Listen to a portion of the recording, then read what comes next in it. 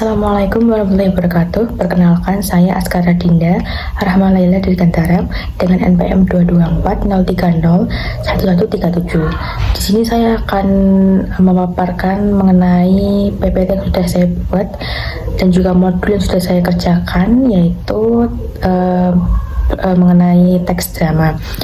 Jadi yang pertama ini ada teks drama. Saya memilih yang fase F atau kelas 11. Kemudian ada daftar isi. Yang pertama ada capaian pembelajaran, berisi capaian pembelajaran.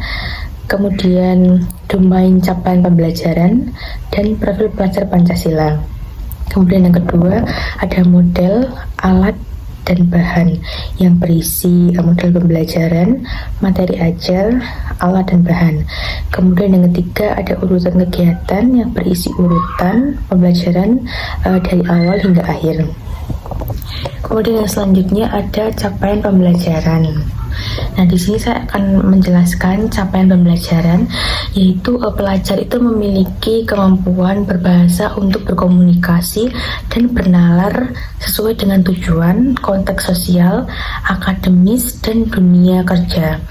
Nah, pelajar itu harus mampu memahami, mengolah, dan menginterpretasi, lalu juga mengevaluasi berbagai tipe teks tentang topik yang beragam.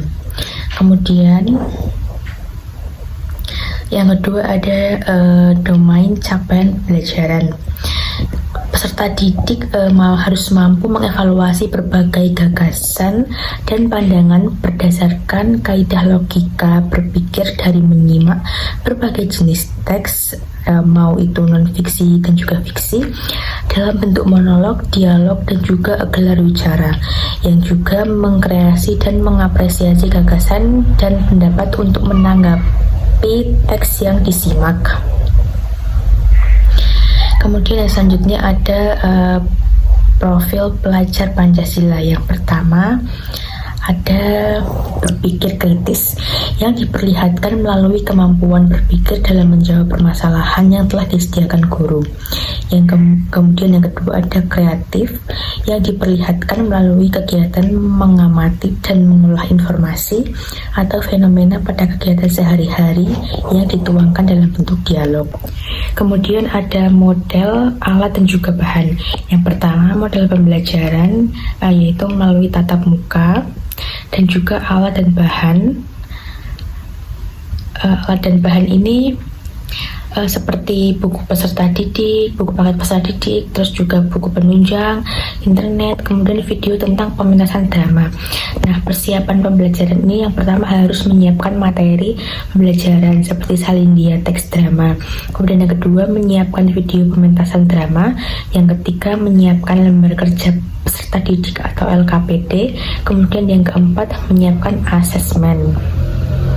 Kemudian selanjutnya ada urutan kegiatan dan asesmen.